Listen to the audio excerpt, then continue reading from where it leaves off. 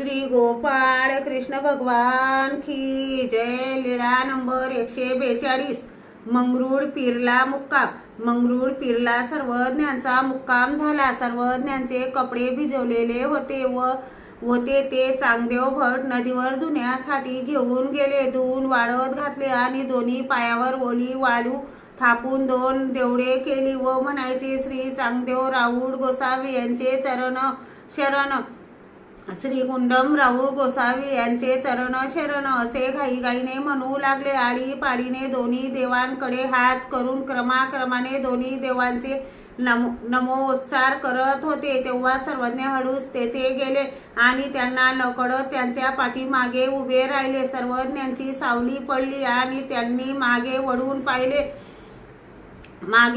पाहिले तेव्हा सर्वज्ञ उभे दिसले। मग सर्वज्ञ म्हणाले, बटिका, श्री प्रभूंची आठवण करीत आहात तसेच आमचीही आठवण करीत आहात। यावर सर्वज्ञ म्हणाले, ऐसे होय, ऐसे म्हणी जे हो। श्री गोपाळ कृष्ण भगवान की